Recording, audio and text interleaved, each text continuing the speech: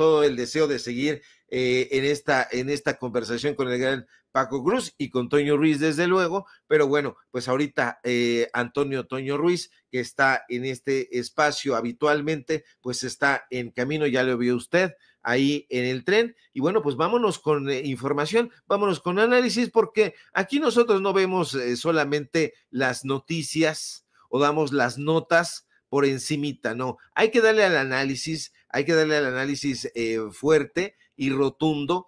Y fíjese que yo quiero tocar un tema que me parece de la mayor relevancia, pero antes de eso, que va a ser el de Yasmín Esquivel, yo quiero hacer un poquito de énfasis en un tema que me parece muy, muy, muy relevante. A ver si tienes por ahí, mi querido don David, el clip B, donde el gobernador Alejandro Armenta felicita al señor Riestra. Y ahorita le voy a platicar, porque el señor Riestra pues ha sido elegido como presidente del Partido Acción Nacional aquí cerca, ahí en la ciudad pues en el estado de Puebla. Póngamelo por favor, mi querido don David. Éxito, porque lo eligieron, qué bueno, una elección que ellos determinaron, como sucedió con Morena, con Roca, y a todos los partidos mi respeto. Creo que queda la dirigente de la coordinadora estatal del MC, y a todos los dirigentes voy a pedirles que me permitan reunirme con ellos. Así es que yo a Mario Riestra le extiendo mi brazo, mi mano para acompañarlo de manera respetuosa. Se lo diga a los diputados del PAN, en la toma de protesta que tuvo.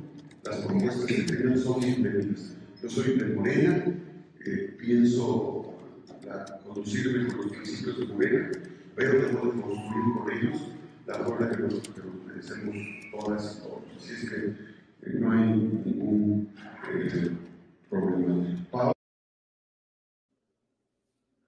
Pues ahí está el gobernador Alejandro Armenta felicitando a Mario Riestra. Es el nuevo dirigente del PAN y a mí me parece muy bien por este saludo del gobernador Alejandro Armenta, digamos, no al PAN, sino a las distintas fuerzas políticas. Eso habla de que Armenta quiere establecer un diálogo frontal. Sin embargo, porque ya sabe usted, siempre hay un pero. Y hay que decir las cosas como son. Y hay que decirle a la gente que Mario Riestra es toda una fichita. De hecho, allá en Puebla, todo mundo conoce a la familia Riestra, o la mayoría, no digamos que todo mundo, porque sería generalizar demasiado, pero muchísimas personas conocen a la familia Riestra. Son, hasta donde yo tengo informaciones, 3 hermanos Riestra. Mario Riestra, Susana Riestra y uno que anda desaparecido en este momento, Rodrigo Riestra, por un tema justamente de corrupción, de desarrollo rural. Y déjeme contarle, porque ya sabe que nos gustan los datos duros, sin censura, que en 2019 lograron frenar una solicitud para investigar a los Riestra Piña, que son estos hermanos, por corrupción. Y usted sabe perfectamente que cuando el río suena es porque agua lleva.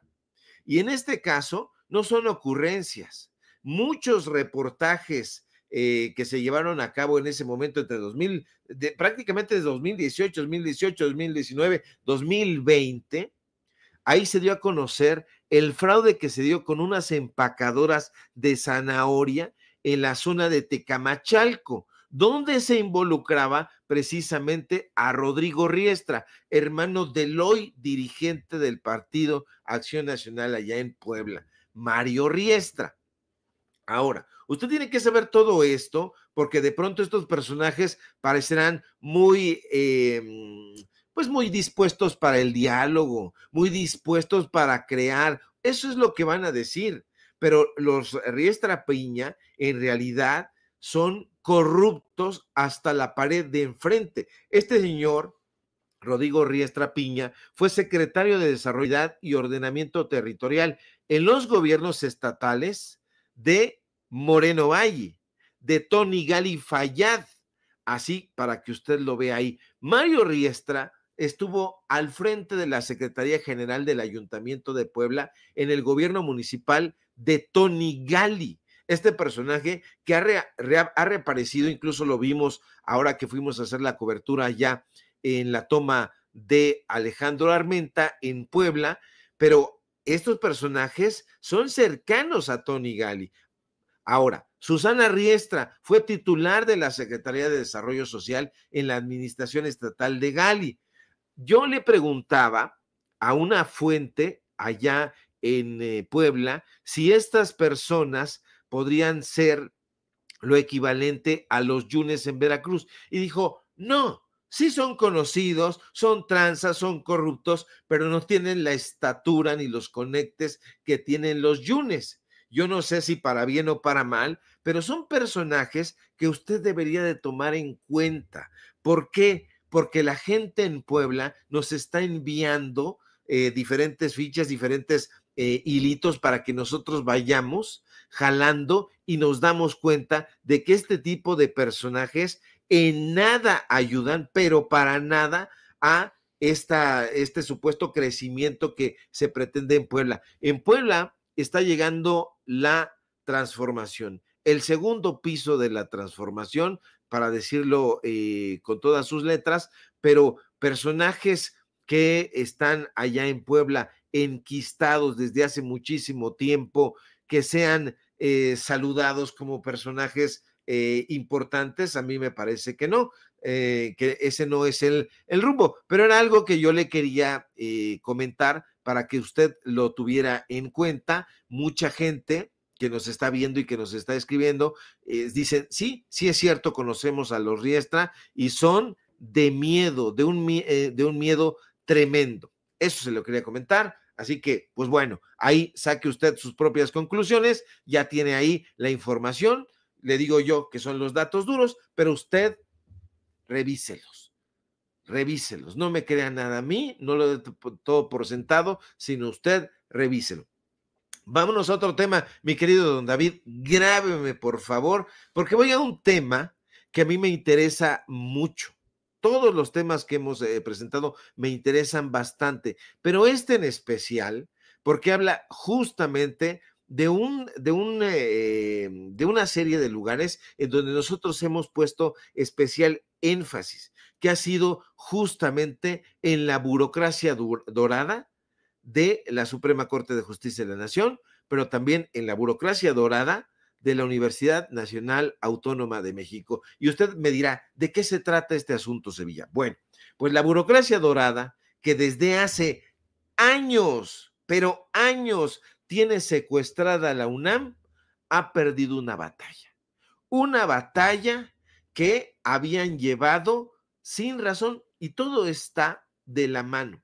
Fíjese, le cuento los detalles. Para infortunio de la alta burocracia de la UNAM, se ha impuesto el derecho y la razón. Y es que ayer el quinto Tribunal Colegiado Federal en materia administrativa instruyó a la Universidad Nacional Autónoma de México, dice así, este fallo, la instruyó a dejar sin efecto cualquier acto o procedimiento que vulnere los derechos de la hoy ministra de la Suprema Corte de Justicia, Yasmín Esquivel. Usted conoce perfectamente a Yasmín Esquivel porque se le ha entrevistado justamente en este espacio. Nuestro colega y titular de este espacio informativo, Vicente Serrano, la ha entrevistado incluso en 2 ocasiones. Bueno, pues ahora la razón cae por su propio peso y cae del lado de Yasmín Esquivel. Y esta información, desde luego, punza en la entraña de Norma Piña y sus secuaces. ¿Por qué? Porque por unanimidad de votos, este tribunal deja claro que Yasmín Esquivel Moza es la única titular de los derechos de autor sobre su tesis profesional. Por si fuera poco, pues este documento agrega que la ministra Yasmín Esquivel ha sido injustamente difamada por las anteriores autoridades de la UNAM y sus derechos han sido vulnerados al instaurar procedimientos no previstos en la legislación universitaria. ¿Y sabe qué? Tienen toda la razón, porque infelizmente Yasmín Esquivel ha sido perseguida y ha sido calumniada. Lamentablemente, esta persecución contó con la anuencia y participación de la propia UNAM, que es su alma mater. El embate, de hecho, ahí fíjese, fue orquestado desde diferentes flancos, pero uno de esos flancos tuvo su epicentro en la máxima casa de estudios y estuvo capitaneada por el exrector Enrique Graue, quien, por cierto, usted lo sabe, se lo hemos presentado con datos duros, se presentaba como doctor cuando en realidad no contaba con esos estudios. Era un falso doctor. Él dijo en su momento, cuando se le preguntó, que era un doctor en términos coloquiales. Bueno, el embate contra la ministra Esquivel fue ejecutado, ahorita estábamos platicando justamente de estos personajes, por el golpista y palafrenero de Enrique Krause, Guillermo Sheridan, un sujeto que una y otra vez fue exhibido en la conferencia mañanera en épocas del presidente López Obrador, quien se expresaba de los mexicanos y de las mexicanas como ladrones, como perezosos, como resentidos, como borrachos y un largo etcétera. Bueno, pues este señor Guillermo Sheridan, que fíjese cómo son las cosas, y lo hemos conversado aquí también, profesor, maestro de Ciro Gómez Leiva, un sujeto que al investigarlo ocurre que aunque no da clases en la UNAM, sí cobra puntualmente su sueldo. Se supone que debería de dar clases en la UNAM.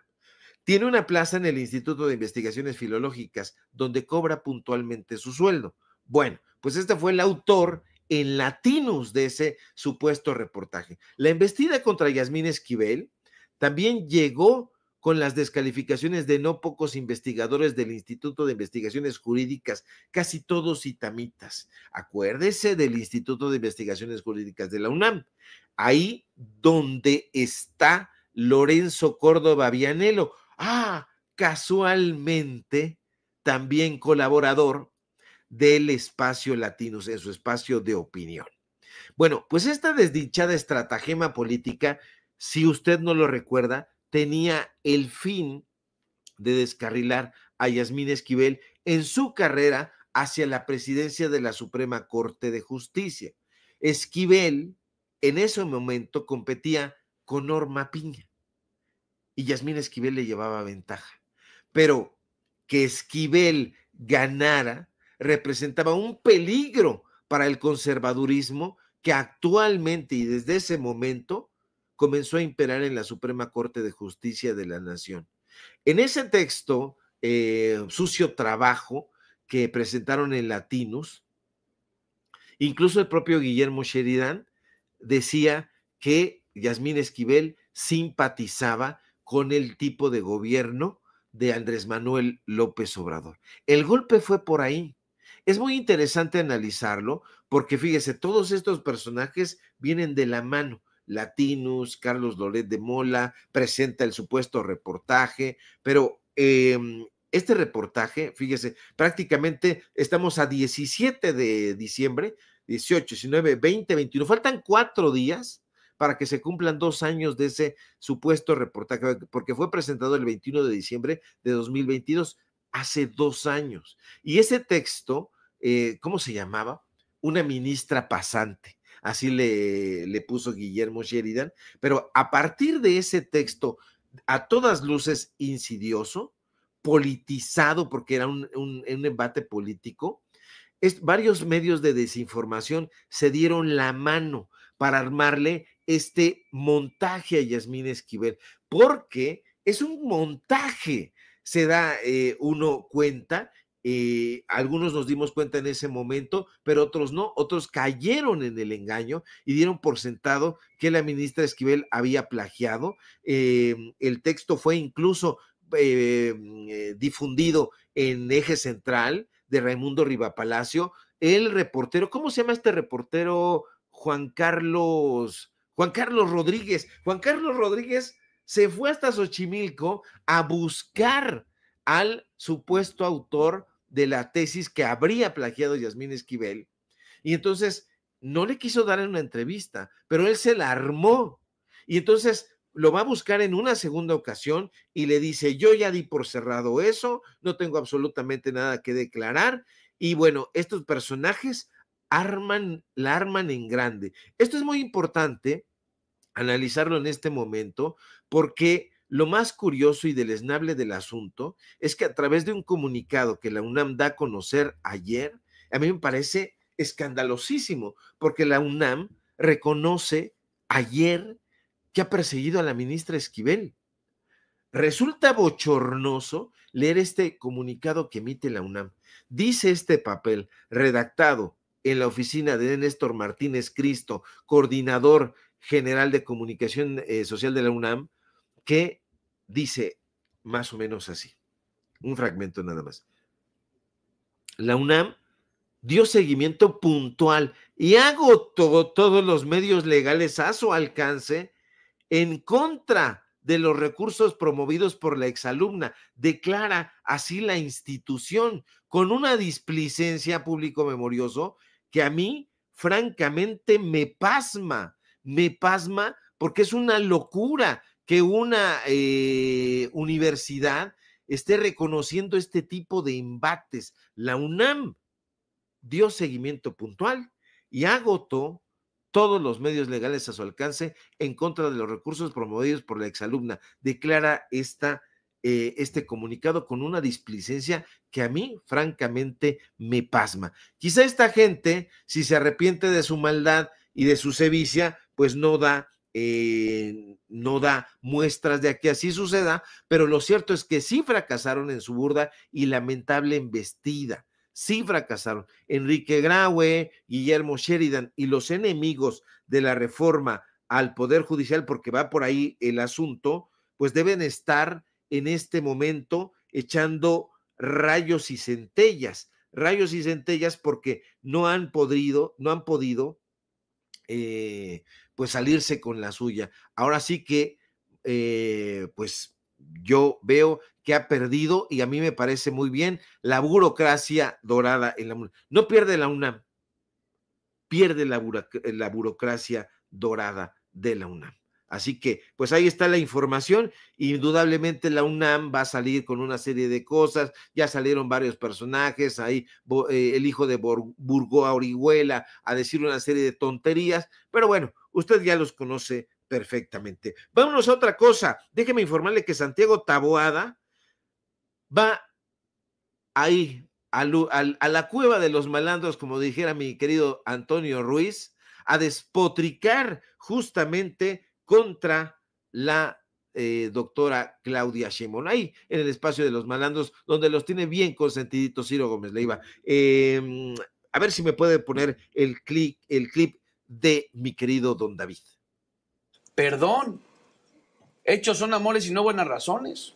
Tú premias al que abrazó a los delincuentes, al que permitió que en un estado de la República prácticamente la gente, en lugar de venirse a México, se fue a Guatemala. Premias y el mensaje es, ¿por qué es un compañero del movimiento? No, el señor Rutilio Escandón tendría que estar dando cuentas sobre cómo se le metió el crimen organizado a Chiapas. Y hoy tendría también, aunque sea un compañero del movimiento, estar renunciando el gobernador de Sinaloa, porque inclusive ni siquiera su historia sobre dónde estaba el día que al Mayo Zambada lo detuvieron, o la muerte de Meleso Cuen. Bueno, que se lo llevaron. Entonces, mi punto aquí, Ciro, es, nosotros no vamos a dejar de quiénes somos. Nosotros tenemos una esencia sin duda, pero lo que sí no vamos a dejar pasar es que este recuento trágico. Ayer, otra ejecución a un empresario ahora vitivinícola en el estado. En Querétaro. En Guanajuato. En Guanajuato, Ciro. En Guanajuato, perdón, en Guanajuato. Sí. Y prácticamente seguimos, y dime tú hoy, prácticamente que 3 meses después, ¿qué resultados tenemos, Ciro? ¿Cuántos muertos menos tenemos? ¿cuántos desaparecidos menos tenemos? Hoy la gente en este país se siente más segura. Bueno, ya hasta los secretarios del gobierno de Claudia Sheinbaum se meten a sus casas a robarles. Ciro, ahí está la secretaria del Bienestar. No se metieron a su casa en la semana. Tú lo reportabas hace unos meses en una columna tuya en el Excelsior. Otra vez, los robos en la Ciudad de México. Sí. A ver, ¿qué es esto? ¿Qué país, qué ciudad, qué estados de la República? ¿Qué pretexto tienen, Ciro? ¿No le acaban de aprobar una reforma para hacerles prácticamente facultades plenipotenciarias en materia de seguridad? Y entonces, están empezando. ¿Empezando, Ciro? Están empezando. Está empezando este gobierno también. Son un movimiento que llevan 6. Bueno, pues ahí está la información. Y mire, Ciro lo traiciona el inconsciente, el subconsciente, como usted lo quiera llamar, porque hay polémica. Ese es otro rollo, el inconsciente, el subconsciente. Pero lo traiciona. ¿Por qué? Porque usted lo escuchó bien, dijo, en Querétaro, y Santiago Taboada, le dice, no, en Guanajuato. Y yo aquí voy a hacer un pequeño análisis. ¿Por qué están ocurriendo estas tragedias, lamentabilísimas desde luego, en los estados donde gobierna el Partido Acción Nacional? Yo me pregunto si será o no casualidad, terrible casualidad, que lo sucedido en la plaza de Juriquilla, en Querétaro, donde asesinan a este empresario, es casualidad. Yo me pregunto si lo ocurrido en el bar Los Cantaritos, allá en Puebla, en el municipio de Puebla, será casualidad. Ahora están ocurriendo, y desde hace muchísimo tiempo, tragedias que tienen que ver con pérdida de vidas humanas en Guanajuato. Y entonces Santiago Taboada lo tiene perfectamente bien registrado. Y se lo va y se lo dice a Ciro Gómez Leiva. Y Ciro Gómez Leiva, pues lo traiciona el inconsciente. Dice, Querétaro, no, esta vez fue en Guanajuato, porque cuando no ocurre en Guanajuato, ocurre en Querétaro. ¿Qué es lo que está sucediendo realmente ahí? Hay muchísimas voces que están sugiriendo que podría estarse calentando la plaza. En esos términos lo dicen. Yo le dejo eso ahí a usted para que lo analice, pero a mí me parece altamente sospechoso que este personaje, digo, en primer lugar, ¿con qué autoridad moral se presenta ahí el líder del cártel inmobiliario? Uno de los líderes, porque ya sabe que ahí se pasaban la batuta Jorge Romero, el actual presidente del Partido Acción Nacional, y Santiago Taboada. A mí me parece bastante sospechoso, pero saque usted sus propias conclusiones. Claro que si se lo preguntáramos a Anabel Hernández, pues ella diría otra cosa, porque Anabel Hernández está convertida ahora en flamante analista política, politóloga, filósofa y lo que se acumule en la semana. Así que, mi querido don David, le voy a pedir por favor aquí el clip de, primero que me grabe y enseguida el clip de Anabel, que es el clip C, por favor. Póngamelo, mi querido don David, para que usted escuche nada más de qué tamaño es la sabiduría, lo digo irónicamente, de Anabel Hernández.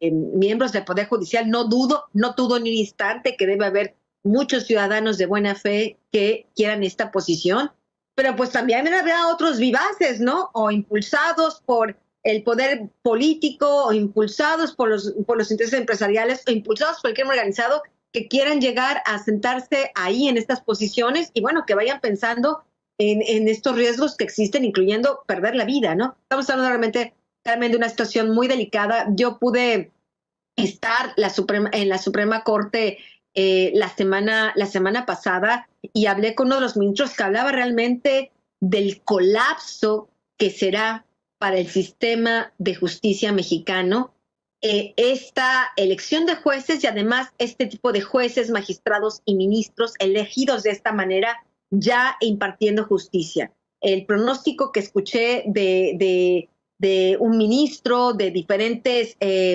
funcionarios del Poder Judicial, es que realmente esto será una catástrofe que tendrá graves daños para la justicia. Los principales afectados, por supuesto, serán las víctimas, ya sea de casos civiles, ya sea de casos penales, serán las víctimas las principales, dijéramos, damnificados, afectados por esta resolución que se ha dado.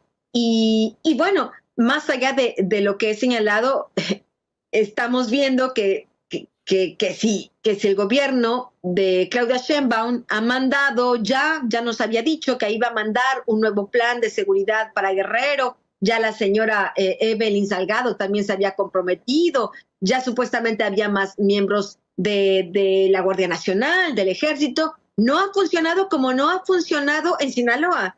Yo creo que es hora de decir, todavía es pronto, estamos hablando de casi 4 meses de gobierno. ¡Ey, señora Sheinbaum! Despierta y entienda que la estrategia que está siguiendo, pues evidentemente no está funcionando, y no solo parecía no está funcionando, sino en algunos casos parecía estar empeorando las circunstancias.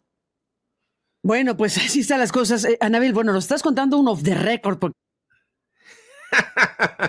Mire, Anabel Hernández habló de todo y de nada. A lo mejor yo soy un pasguato, público memorioso, seguramente yo soy un pasguato, pero esa señora habló largo y tendido, vaya usted a saber de qué cosa, pero yo no le entendí nada. Hizo una revisión tremenda en las rodillas, evidentemente sin datos duros, sin información precisa. Ya sabe que ella practica el periodismo de ficción, este periodismo literario. A mí me parece muy peligroso que esta mujer tenga esos micrófonos, bueno, ya ahí con el tan vapuleado micrófono de Aristegui Noticias, y bueno, Carmen, ni se diga, qué pena con Carmen, que en algún momento se presentó como una auténtica periodista y que a la vuelta de la esquina nos dimos cuenta de que no lo era, ni tantito,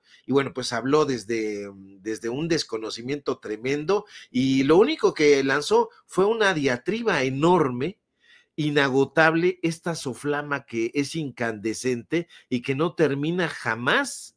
Pero pues ahí tiene muy buena cabida con Carmen Aristegui y le publican sus libros que se venden como pan caliente. Yo creo que ella los debería de someter a algún premio literario y sin duda ganarían, porque es literatura policíaca. Yo lo veo de esa manera, personajes que toma de la realidad para meterlos en una amalgama absolutamente ficticia. Y bueno, pues no va a haber el narcotraficante que salga y le diga, es que no fueron así las cosas, es que, ojo, Anabel, fueron de esta manera, así y asá. Pues no, pero bueno, pues Anabel ha encontrado un buen modus vivendi de esa parte. Pero que tiene